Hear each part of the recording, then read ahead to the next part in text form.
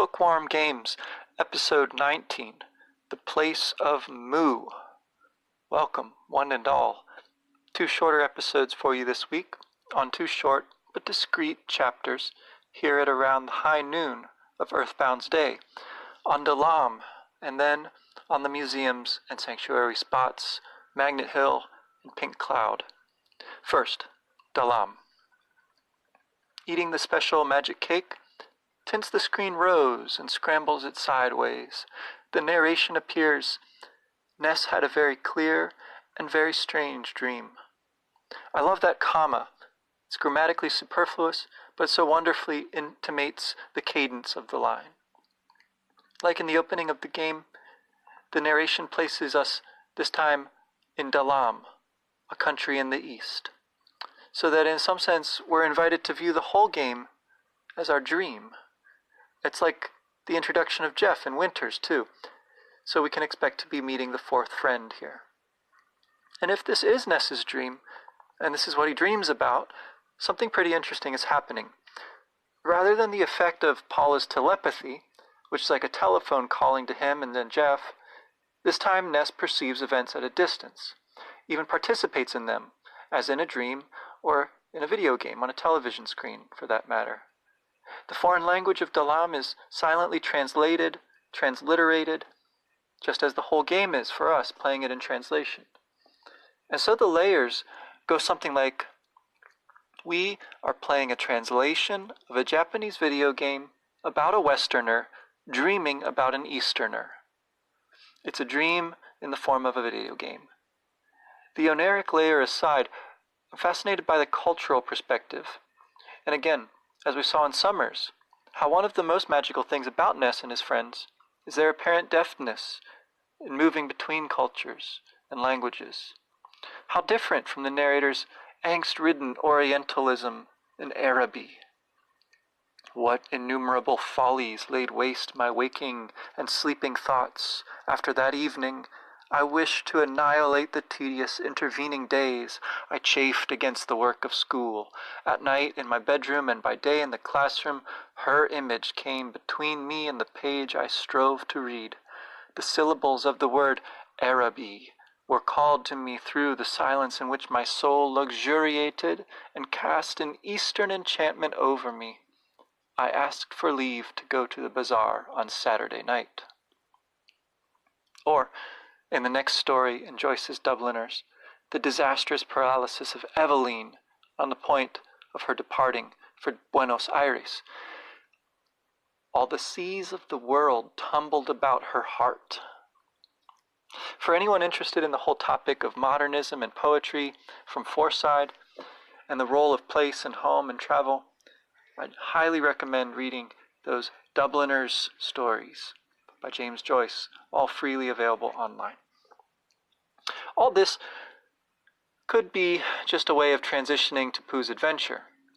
But if this is Ness's dream, the idyllic mountaintop princedom, a reflection of his own suburban home on the hill, well then later we'll see his nightmare. I've mentioned it a few times in previous episodes, and I'll pause here just a moment to correct something I said about Ness's IQ. It's a clarification on numbers because Ness's IQ, even by the end of the game, is likely to be much lower than 100, which is what I had said. In my game, he's hovering just below 40 now, about halfway through or more, and even with the post-Magicant boost, I doubt he'll reach the triple digits. But it still makes sense, I think, to take his IQ to be the benchmark average, and that's what a 100 IQ score is supposed to mean.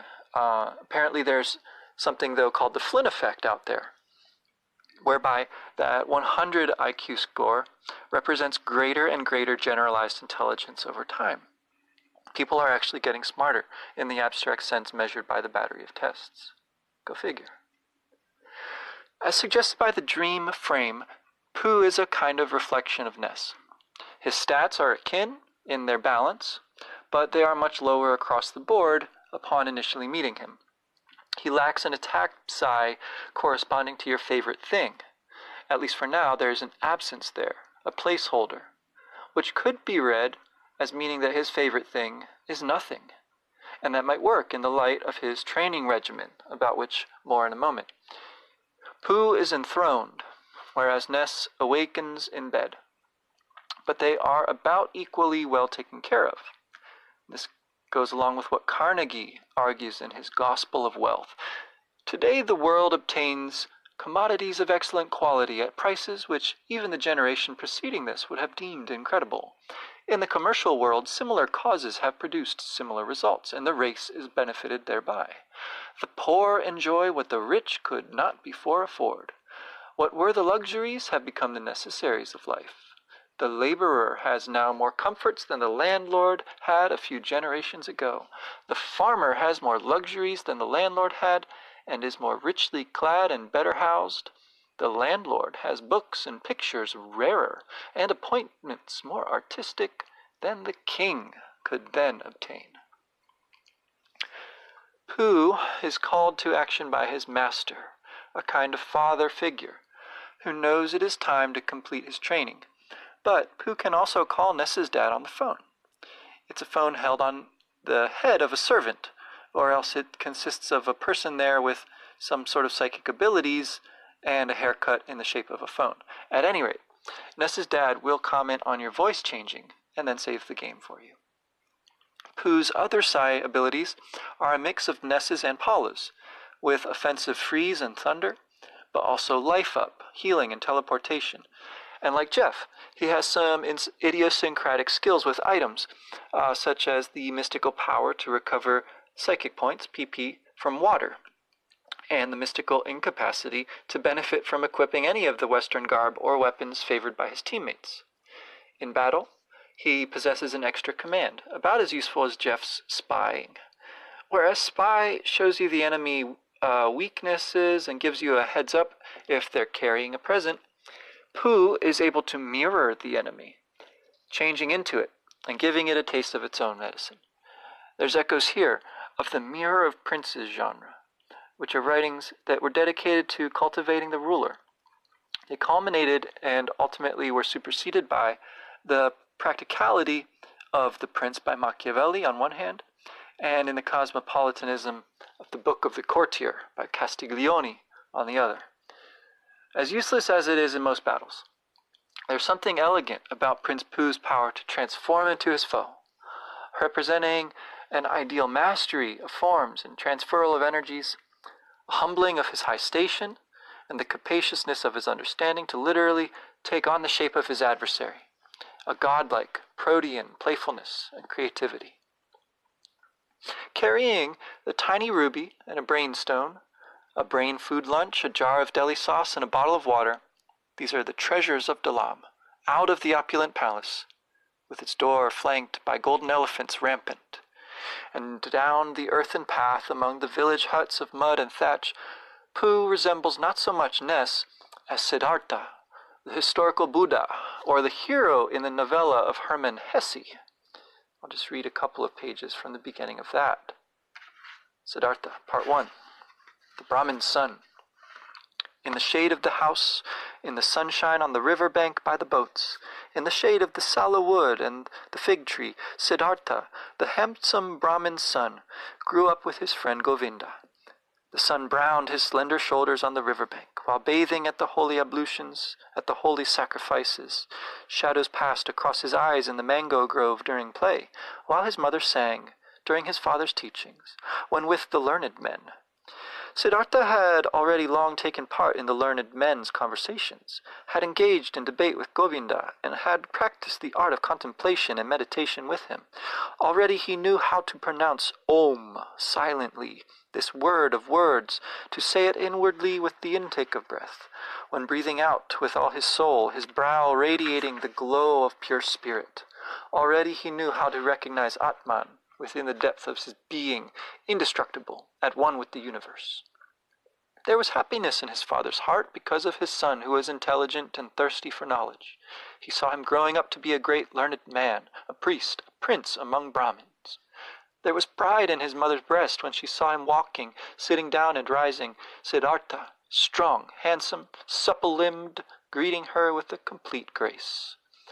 Love stirred in the hearts of the young Brahmin's daughters when Siddhartha walked through the streets of the town with his lofty brow, his king-like eyes, and his slim figure.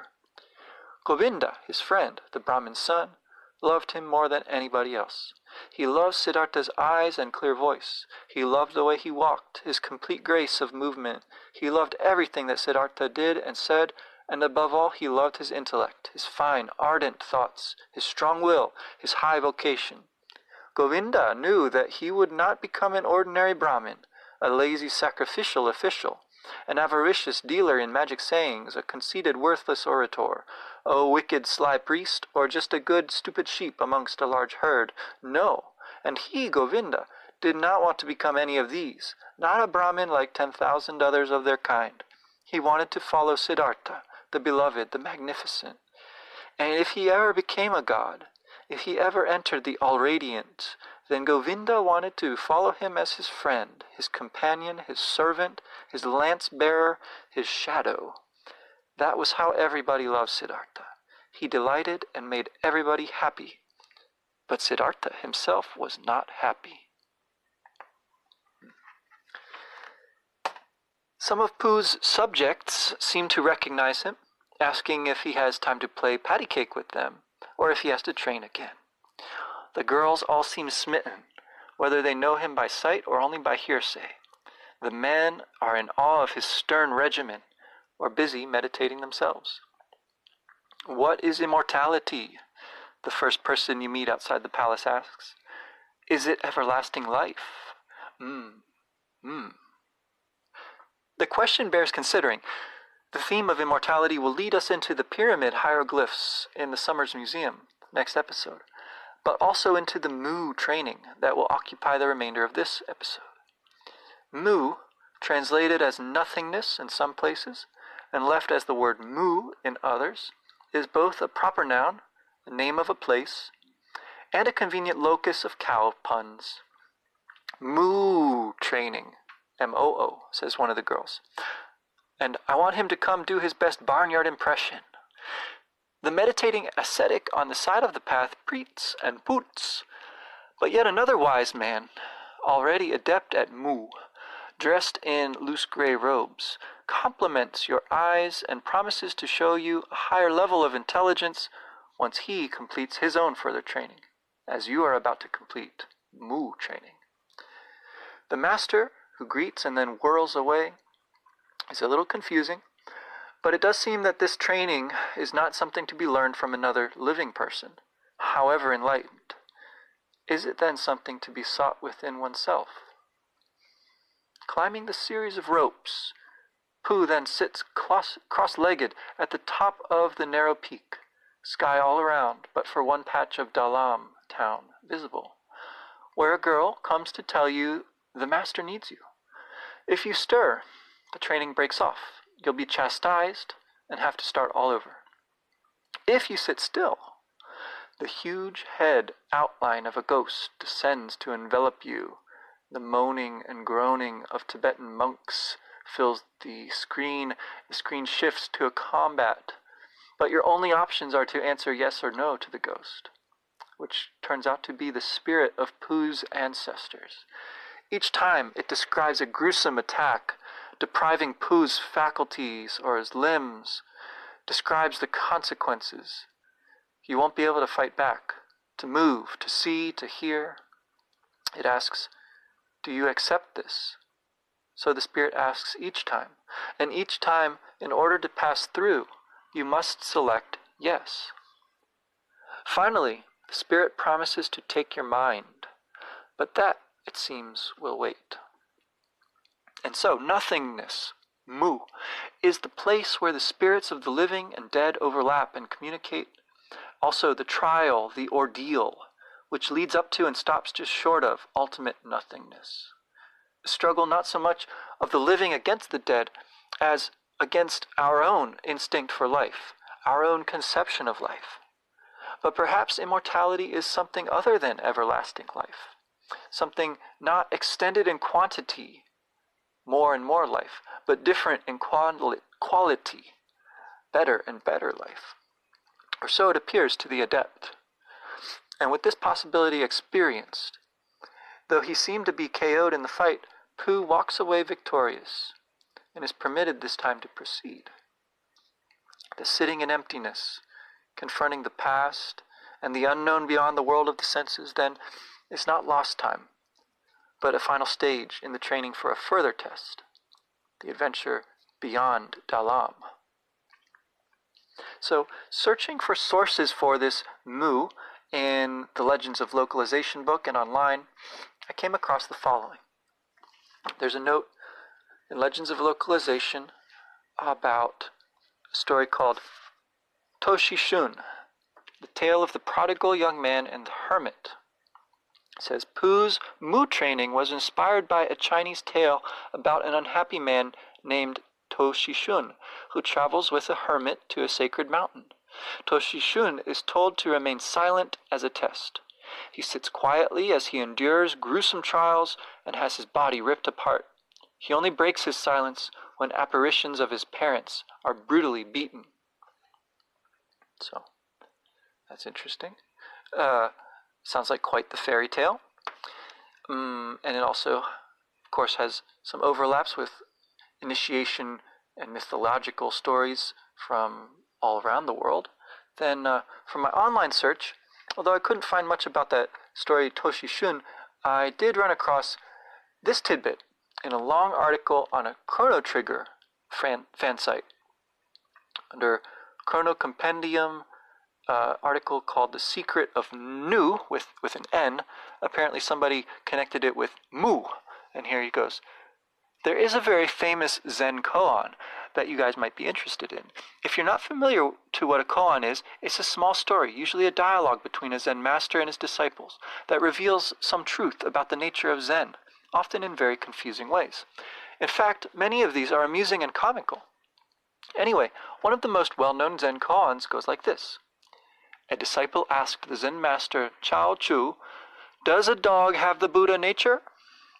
The master replied, "Mu." At this, the disciple instantly achieved enlightenment. Now, the meaning of the word mu is hard to explain. It's literally not. And it could be seen to be nothingness. But of course in Zen there is not simply nothingness, but also simultaneously everythingness. So it's hard to put down its exact meaning. And I think it varied for everyone. Here's one interesting explanation. Chao Chu's dog, the case. A monk asked Chao Chu, "Has the dog Buddha nature or not?" Chao Chu said, "Mu." Wu Men's comment. For the practice of Zen, it is imperative that you pass through the barrier set up by the ancestral teachers. For subtle realization, it is of the utmost importance that you cut off the mind road. If you do not pass the barrier of the ancestors, if you do not cut off the mind road, then you are a ghost clinging to bushes and grasses. What is the barrier of the ancestral teachers? It is just this one word, mu, the one barrier of our faith. We call it the gateless barrier of the Zen tradition. When you pass through this barrier, you will not only interview Chao Chu intimately, you will walk hand in hand with all the ancestral teachers and the successive generations of our lineage. The hair of your eyebrows entangled with theirs, seeing with the same eyes, hearing with the same ears. Won't that be fulfilling?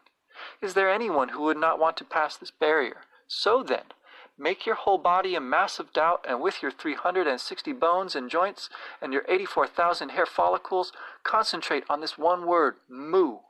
Day and night, keep digging into it.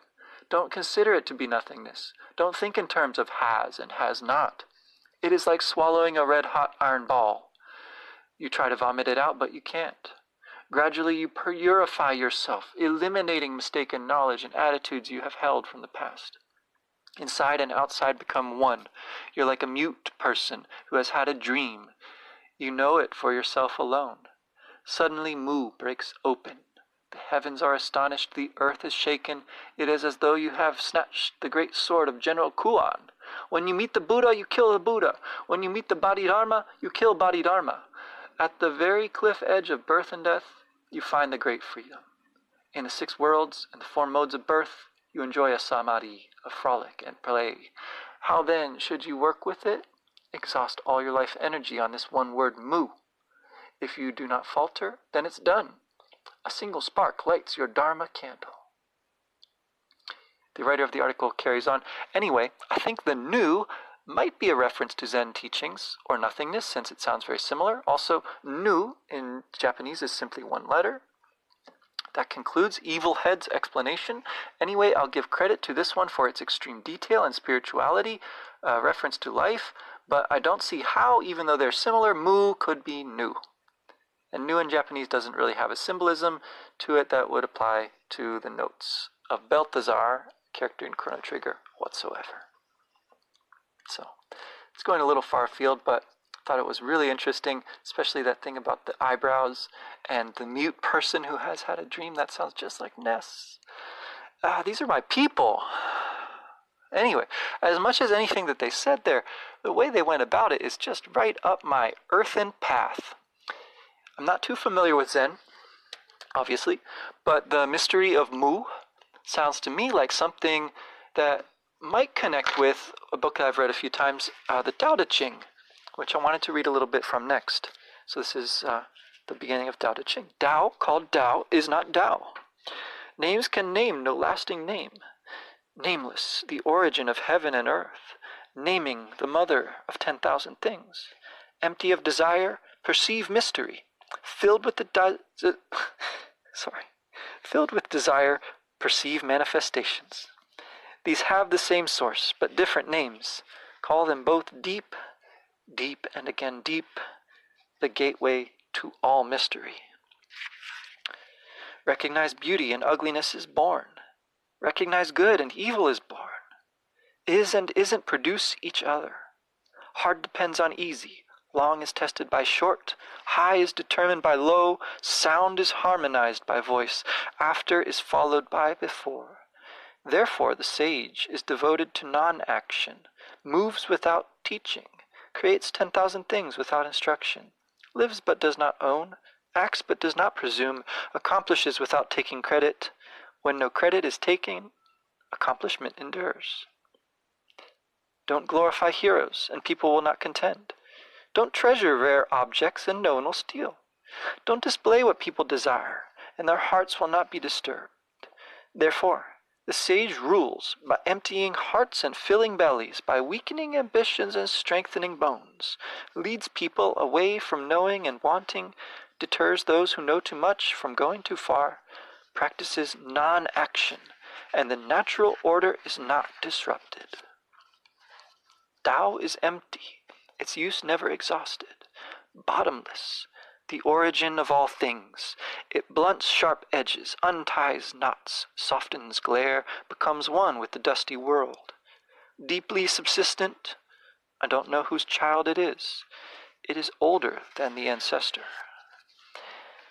Heaven and earth are not kind. The 10,000 things are straw dogs to them. Sages are not kind. People are straw dogs to them. Yet heaven and earth and all the space between are like a bellows, empty but inexhaustible, always producing more. Long-winded speech is exhausting. Better to stay centered. The valley spirit never dies. It is called the mysterious female. The entrance to the mysterious female is called the root of heaven and earth. Endless flow of inexhaustible energy. Heaven is long, earth enduring, long and enduring because they do not exist for themselves. Therefore the sage steps back, but is always in front, stays outside, but is always within. No self-interest, self is fulfilled. Best be like water, which benefits the 10,000 things and does not contend. It pools where humans disdain to dwell, close to the Tao. Live in a good place. Keep your mind deep. Treat others well. Stand by your word. Make fair rules. Do the right thing. Work when it's time. Only do not contend, and you will not go wrong. Hold and fill it. Not as good as stopping in time. Measure it, pound it. It will not long survive. When gold and jade fill the hall, they cannot be guarded. Riches and pride bequeath error. Withdrawing when work is done, heaven's Tao. Can you balance your life force and embrace the one without separation? Can you control your breath gently like a baby? Can you clarify your dark vision without blemish? Can you love people and govern the country without knowledge? Can you open and close the gate of heaven without clinging to earth? Can you brighten the four directions without action? Give birth and cultivate. Give birth and do not possess. Act without dependence. Excel but do not rule. This is called dark day. 30 spokes join one hub. The wheel's use comes from emptiness. Clay is fired to make a pot. The pot's use comes from emptiness. Windows and doors are cut to make a room. The room's use comes from emptiness. Therefore, having leads to profit. Not having leads to use. All right.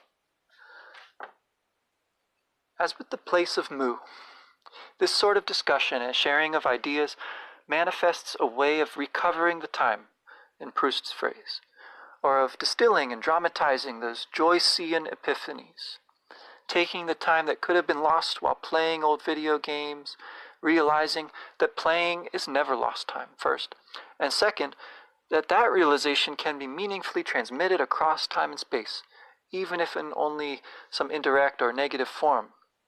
And it could help someone else recover time that might otherwise be lost, giving them something to listen to during a commute or while waiting for something to happen. What happens to Pooh upon reconnecting with the master at the palace and giving his story about eternity and the mission to combat the forces arrayed against Earth is that he gains 3 levels at a jump and realizes the power of teleportation beta, allowing movement in a tight circle, and in that case, even from inside the palace, which takes him to Ness and his friends on the beach. This power is one Ness will eventually learn too, but it now effectively opens up Saturn Valley with its free hotel room and doctor's office, knitting time and space together and the far-flung peoples of the world all the more readily. In line with the old master's message, Pooh embraces his task at once, and in doing so he recognizes Ness's leadership, pledging his service to the young hero, and he, a prince from the east, will obey this baseball player. He places his life in Ness's hands. It's a kind of fealty, but also, I think, friendship, which is, of course, to lay down one's life for his friends, as Pooh did already for his ancestors at the place of Mu. So, exploring Summers once more, you'll find a few of the Summersians say something new about Pooh's kung fu haircut, or about the ruby he bears.